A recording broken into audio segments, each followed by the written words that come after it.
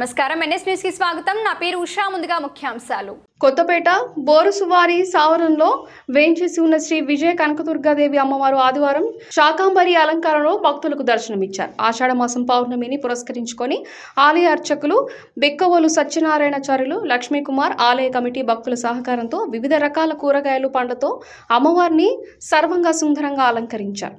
పౌర్ణమిని పురస్కరించుకొని అమ్మవారికి విశేష అభిషేకం, స్త్రీలచే సామూహిక కుంకుమ పూజలు నిర్వహించారు. అత్యధిక సంఖ్యలో భక్తులు హాజరై అమ్మవారి పూజ కార్యక్రమంలో పాల్గొన్నారు.